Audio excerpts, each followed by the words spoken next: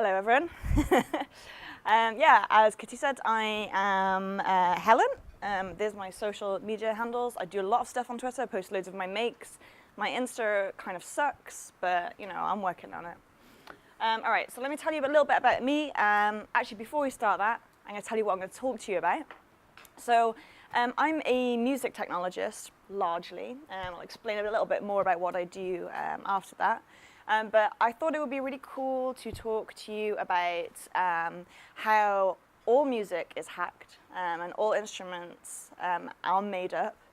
And I'm going to tell you a little bit of a story about the early beginnings of electronic music. So the first people to make electronic music and the first people to hack that kind of sound. So I'm going to tell you a little bit about the history of sound hacking.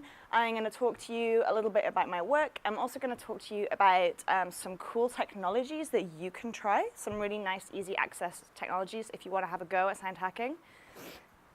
And also I'm going to talk to you about some really cool projects that have come out of London and Berlin, both of which have really rich music tech hacking cultures. So yeah, let's get going. First of all, though, let me introduce myself. I don't just make weird art. I actually do things for money as well, which is a necessity apparently. So I do product design, I guess, again in creative technology. And creative technology, what on earth is it? Okay, essentially creative technology is a buzzword, it's a nonsense buzzword, but all it means is I like arty nonsense, and I also like techie nonsense, and I like smushing them together in their faces as much as possible. So I do creative technology mainly using music and mainly using physical computing. So physical computing is essentially anything that has a physical presence, right? So microcontrollers, sensors, robotics, blah, blah, blah, that kind of thing. I do code as well, but I swear less when I solder than when I code, so I guess that's why I do physical stuff more. I also write a lot of things. Oh, let me just say, this is one of my products. This is just recently came out. This is my hand as well. First time I've ever been a hand model, which was a bad experience. I know, it was fine. But I had to lie on the floor a lot and angle my hand a lot. But this is a DIY gesture-controlled musical instrument that's been designed to be as cheap as possible for children. So this is a way that kids learn to code. It's like they have to sew it, they wire it, they code it, and it's based on a very high-end musical instrument that was developed by Imogen Heap and the Mimu team. And I wanted to make a very, very cheap version of it because so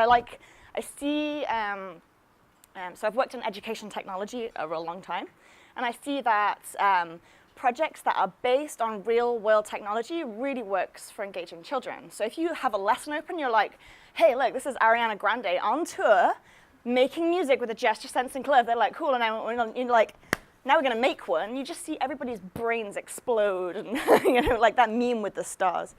You know, so basically, I wanted to create this. So I got in touch with Imogen Heap, who's this artist. And she, famous for many things, but also in this country, apparently the what you say meme. That's a thing here, apparently. But yeah, so I wanted to make a gesture sensing glove that was like real cheap. So I made one in 10 days, and then I made it into a product. With P-Maroni, it's for sale on Adafruit. I think it's like $33. And I'm gonna demonstrate it working with real professional music technology later. There's a hack I've just made. But yeah, that exists. I made that. Writing stuff. I wrote a book for McGraw-Hill on electronics, which is called The Crafty Kid's Guide to DIY Electronics, because I wanted to create an electronics book that has no wiring, no soldering, and no code, because those are often big barriers to people, and particularly, not so much the children, but particularly the parents who are worried about giving their kids these things that they don't understand. And often by putting technology inside a familiar feeling, so whether you're like sewing, for example, or paper crafting, like for kids, those are very normal activities to do. I find that you can talk about technology in a way that's not terrifying. Anyway, so that's a book I did. I write for Hackaday as well. If any of you are nerds, you'll know that. And Adafruit and blah, blah, blah. Anyway, whatever. Next, this is, my music tech art. So this is a hack I made with some friends. It's a capacitive touch bass. It's like this big. I normally bring it with me, but it's been in Paris, Berlin, and San Francisco this week, so it's feeling a little bit ill, AKA it's completely broken. So God blessed it. It's having a lion. It's not here, but I've got a video, so you can see what it does. Yeah, so I do a lot of music, art, and that involves capacitive touch and gesture control. And those are my main two technologies, I'd say. Yeah, I've used basically every microcontroller right there, so that's probably irrelevant to you. Okay, onwards. Let's talk about the history of music. Okay, look at this wonderful, pretentious quote. There is no noise, there is only sound. John Cage. So John Cage was an experimental composer, but he was known for that, the 4 minutes 33, which is just silence. But he also was a hardware hacker. And by that, I don't mean we've got this kind of idea of ourselves, and I think it happens with every generation, that we're the new ones, we're experimenting with all this hardware and code, and we're real badass, and we are the future, but it's actually nonsense. As long as there's been humans, there have been hackers. It's just a buzzword, blah. John Cage was also a hardware hacker, and I think it's a really, the violin in the 1500s wasn't a violin until there was new tech developed, and people like Stravinsky and Debussy and Strauss, those were all super hated in their time. They were considered really weird and awful experimental musicians, but now we just see them as the old guard. They're oh, just these old classical music. But in their day, they were real radical. So I just wanted to kind of put that up there to say that a lot of the tech that we take for granted now was at one point in time experimental. And the influence of weirdo fringe people and artists and hackers is actually felt many generations later. So with that in mind, let's have a nice little history lesson about some of my favorite types of hardware hacking in the past. This bad boy is a magnetic tape recorder. And it was invented in the 1920s-ish, but it was made popular in the 1940s because it became available, right? So availability of technology generally leads to people, we're humans, we like to mess around with stuff. So when this became more available to your ordinary person, people started messing around with it. And the first piece of electronic experimental art was created in the 1940s by a group of musicians in Paris, and it was a movement called musique concrète. So if you want to hear, basically what they did is they took this tape and they would cut up slices of it with a scalpel and then tape it back together again. And then they would go out and they would record different things. So it's called field recording. You go out, you would record I don't know, door closing or whatever. And then you might flip it around and then you change the speed of it and you change the direction of it and you've made a completely different sound.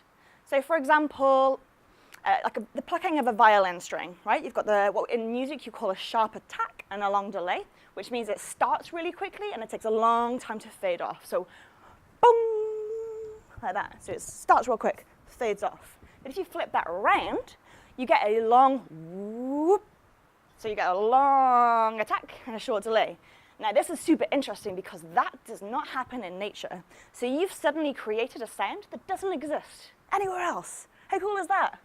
That's what they thought.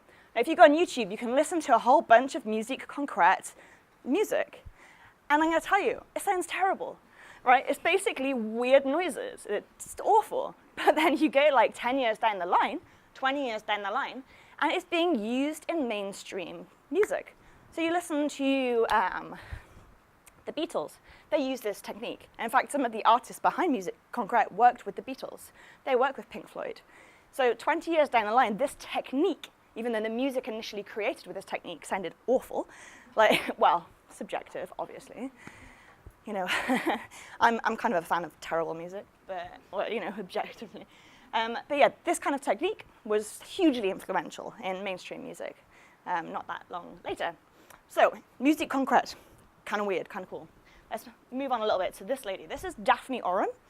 Daphne Oram was the first person to make an electronic, a pure, because she was the first person, so this musique concrète was using tapes of the real world, essentially. she taped an oscilloscope and started using that. So she was the first person to use a sine wave in her music. And she's really interesting. So she was a physicist and a musician, much like Kitty, who was also really interested in electronics. Now, of course, look at what she's dressed as. Obviously, she's from the 1940s and 1950s when they didn't let women do cool things.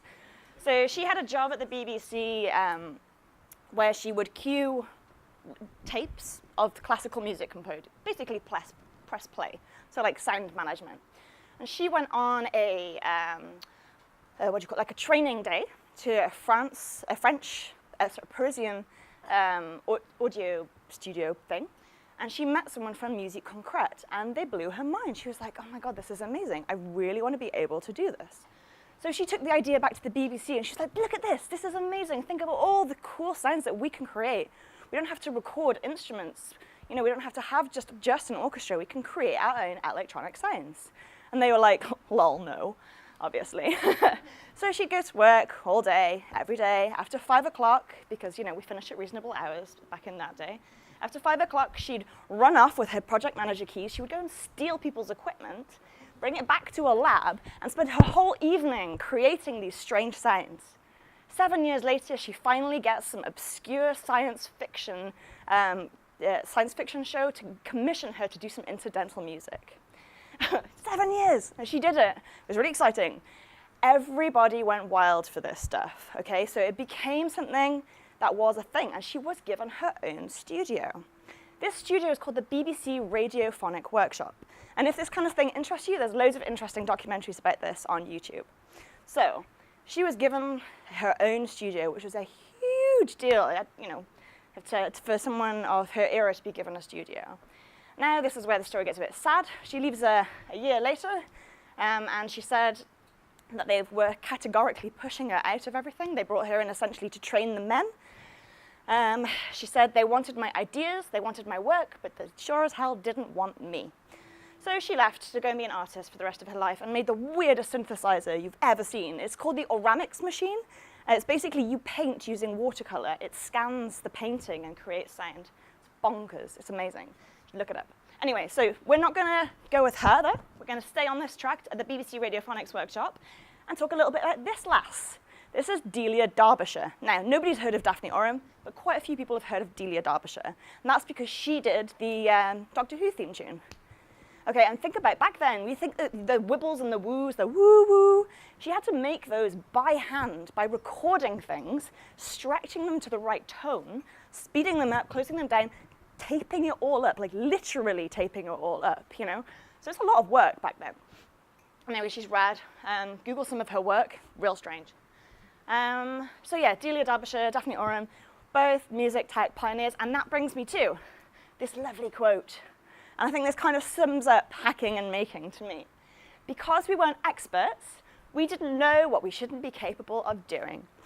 And because they were in a new field, creating things that had never been done before, they felt free to create really stupid things, or fail really hard, or create oddities. And I think that's a really lovely sentiment, that it's okay not to be an expert in things, because actually you often find, and I work in music and technology, like I often work with musicians who know nothing about tech, or technologists who know nothing about art.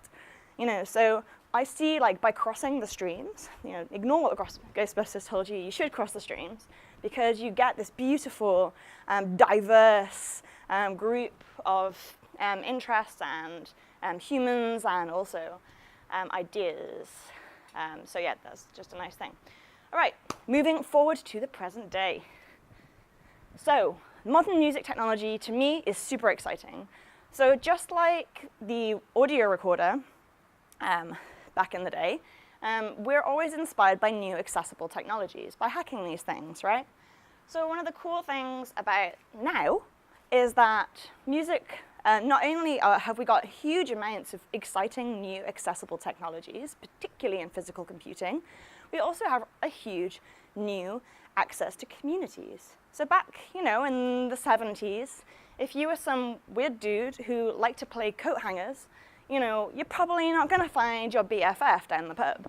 You know, it'd be like, mate, go home. But now you'd be like, I like playing coat hangers, and people are like, join our community. There's 1,000 of us, and all we do is play coat hangers. You know, I have actually seen a coat hanger played. So community access to community is amazing these days, but also access to electronics and access to code. It's never been so good. So we have a vast array of like tiny computers that don't cost hardly anything, double negative.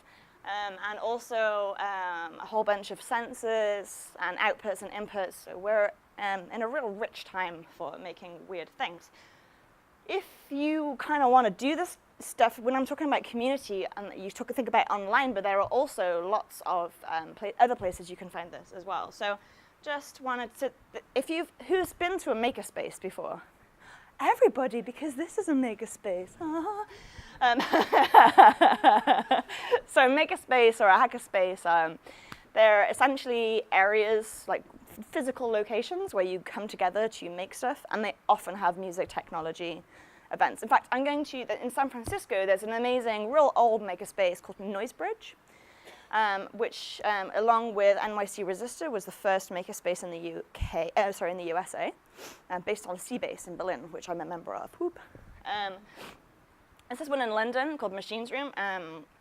It was really awesome, and then, you know, the rents got it pushed out. You know the story. You live in San Francisco area, you know what it's like. And this is a physical analog thing that my friend Tim Yates made. It's like literally just some wood and a massive saw blade that you hit with a hammer, but yet it's extraordinarily satisfying. You know, so it doesn't have to be, I mean, come on, it's like this huge gong. It's like, oh, it's a rusty industrial, it was amazing. There was a little girl there who played it for 20 minutes once. I mean, it was great. So hackerspaces and makerspaces often have music stuff. If you're interested, and you know, it's far away from here, but I'm running a hack at Noisebridge tonight, specifically hack/open mic at Noisebridge tonight. That's cool. This is an event, a festival. This is me and my friend Phoenix. We made a wearable capacitive touch arm piano, which didn't work until about 5 minutes before my talk. We were like running down, and I was like, shit, I don't know how to play piano. So I've got this piano on my arm. I'm like, I don't play piano. It was, luckily she had to reboot me the whole time. It was very funny though. Anyway, so events, things like EMF, things like, so there's EMF and CCC and big festivals that are specifically for nerds. So you can often find hackers in the field. So watch out for that. And then the last one is YouTube. Okay, so YouTube has a huge amount of really creative instrument makers and hackers online. This is my friend Sam, who on the internet goes by Look Mum No Computer. And he's probably the most successful music tech YouTuber. He makes his living just from doing that. And this is the most awful thing ever. It's a piano. It's like an organ that plays. So each of those keys corresponds to a different Furby that sings. And is nightmare-inducing. I'm very upset that he made it, and you should all watch it on YouTube. Yeah, terrible thing. But thanks, Sam. Okay, so moving swiftly on. Here's some cool tech that you can try. So these are the places you can try them in, or find information on, and here's some stuff that you can do. Okay, so there's a world of microcontrollers out there. Most of you are probably familiar with Raspberry Pi and Arduino. The one which I've used basically every one out there, but my favorite at the moment is there's an open source microcontroller called BeagleBone, which is kind of like the Raspberry Pi, even though it was before the Raspberry Pi. It's like the Raspberry Pi, but with proper analog. So about 2 of you will know what I'm on about. It also has three chips on it. And it runs Linux, so you can run different operating systems on it. And the Baylor is like a cape for it.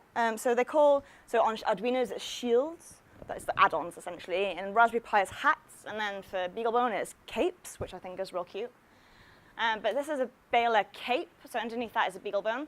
And what that does, it has an onboard. Only 3 of you will understand this. It has an onboard DAC, and it uses the 3 chips to create real-time audio. Okay, so what this means is normally when you're using like an Arduino or something to create an instrument, there will be some latency, which means a delay between you doing a thing and the thing happening. This has 0.1 milliseconds of latency, which is amazing. So I've only started using, yeah, wow. Like, I've only started using this a few months ago, but I haven't looked back. It's great, so would recommend. Also open source hardware as well. And the cool thing about that, moving on to the next slide, is these are the cool software things you can use with it. This is the code, I suppose it is, you know, for one of the synths I'll be demonstrating in a hot minute. But so on the Baylor or on anything else, you can use a bunch of different music softwares. You can use like Max. You can use Pure Data, which is an open source version of Max, which is what this is. Actually made by the same guy when he was annoyed that Max was not going to be open source. And also Super Collider as well.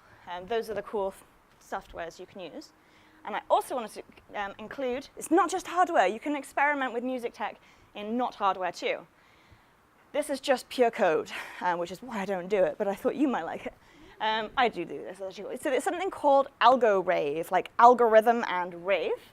And it's basically live coding rave culture. It's a huge thing in London and Berlin. People will go there and they will, you know, you can screen share and you'll DJ, but it's not DJing, you're actually creating the sounds live. And if you're interested in that, the best entry point is something called Sonic Pi, which was developed by a guy called Sam Aaron out of Cambridge University. And it's an introduction to live coding techniques. And it's got great tutorials. And it's all free and open source. So if you're interested in that, go and have a look at AlgoRave. It's pretty kicking. It's pretty cool. Right, OK, moving on. Here we go. Some projects I've done recently. OK, yes, other weird humans. So I think I wanted to speak a little bit about collaborations in that, you know, in art and also in tech, we have this weirdo myth of the lone genius, OK? Like Picasso sitting there, toiling away on his artwork, just on his own, just him, on his own. There was no such thing as, you know, a community around him. And the same with, you know, like these tech heroes, these Steve Jobs, oh my God, what a man. Like, nonsense. You know, the only way that we accomplish things is by working with other people, OK? Like, Picasso wouldn't have been Picasso without, like, Georges Braque. You know, if you look at, you know, he had a huge community around him that were pushing him onwards. And that's why I think makerspaces are super important, because this informal learning is key to pushing forward our own techniques, our own skills, and our collective art as well, or our collective technologies. You know, by trying to be like this lone engineer, I think you're just doing yourself and your community a disservice. So there's my little rant. OK, here we go. So what am I doing first? All right, cool. Yes, my creatures. So this is my friend Andrew Hockey. He and I met at an event in London, and he's a sound designer and composer. And we decided to make a thing together.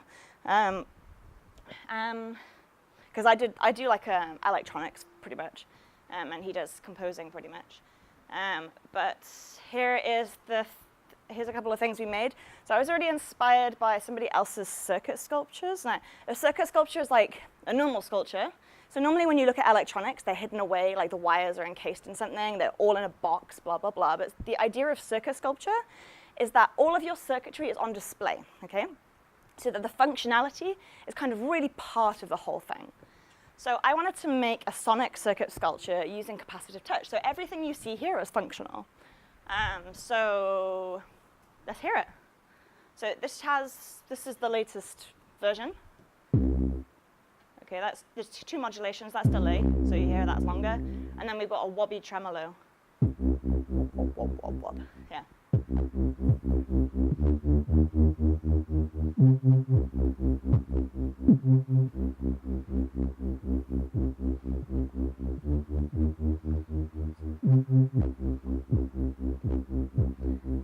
So that's one thing I made with my friend Andrew. So he designed the sounds and I made the thing. I'm going to put the other one we made just on while I talk. This is a harp one.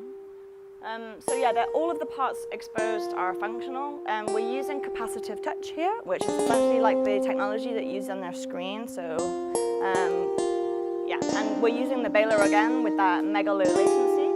And the synthesizer sounds are actually carved from white noise using Pure Data. So a lot of people, when they think about designing a noise, you're thinking of additive synthesis. So you start with a wave and then you add layers onto it, right? But this is using subtractive synthesis, which is you start with white noise, which is a noise on every single layer, and then you filter it, essentially.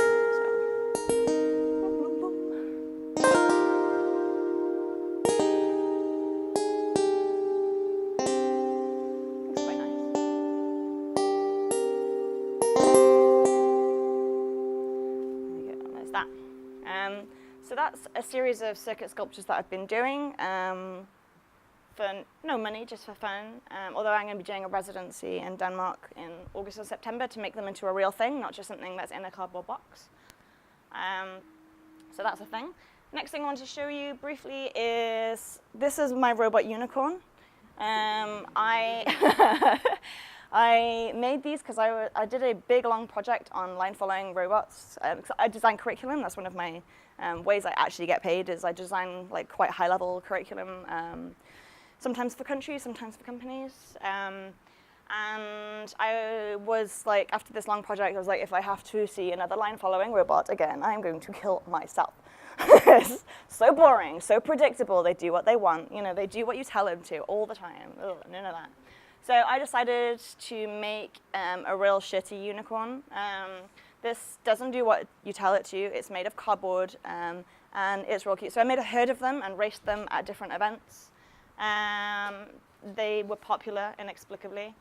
And then I collaborated with a leather artist to make a leather version of these. Got me quite a lot of interesting DMs on Instagram. But then after that, I went to meet this lass, Martine Nicola Regina. She's an artist, and all she does, like her literal job, is she records sounds, and then she works with a satellite in the Netherlands, I think it's the Netherlands, and she bounces those sounds off the surface of the moon and then records what they sound like afterwards. So you're going to hear some of her moon bounces in my leather thing. Actually, maybe I should just show you. Let me see if this is actually, is this thing on? See if it's working. It might not work. Might have to reboot it. Okay, no, let me just come out of this. Okay, it's my hairless MIDI. There we go. There we go. All right, that should probably work now. Except I have to reboot that. Da-da-da. DSP on.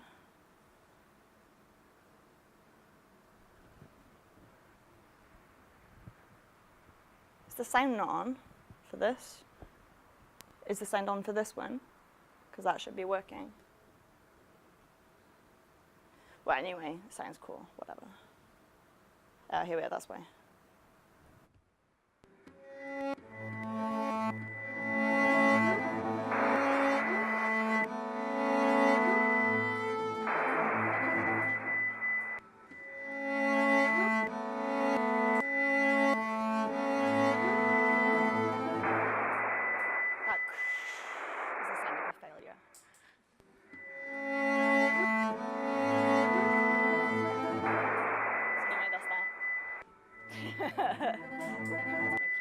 That's just a proof of concept that I made the other day. Let's play this. Does that work again? All right, cool. Anyway, so the sounds are bounced off the moon by Martine and played by a cellist from Italy called Federico, but I didn't have his thing. And then the last thing that I wanted to show you, so that's just a proof of concept, but I want to make it into a bit more of a flute. I don't know what I'm doing with it yet. I'll figure it out at some point, but at the moment it's just using the x-axis of the accelerometer, so it's just one data point, but I want to make it kind of a lot more swooshy and have like a lot more different synth triggers, but I haven't had time to do that yet. And the last thing I wanted to say, the last cool project is, this is my neighbor in Berlin, Johannes. He makes this thing called Dada machines. They were huge on Kickstarter last year, and they're essentially a MIDI-in robotic drum machine. And they rock. You should definitely look at them. And I'm currently collaborating on a mini version of that with him, which will be controllable by CircuitPython and also Arduino. It's going to be like this big, and we're going to do a Kickstarter of that at some point in the next 6 months when we get our act together, basically. So yeah, I mean, I've spoken for 38 minutes, so I feel like that is my time. That's me. Add me on Twitter or Insta, and yeah, come and say hi. You can come and play with the Moon Glove if you like. And I'm going to be hanging around in the afternoon, so yeah. There we go.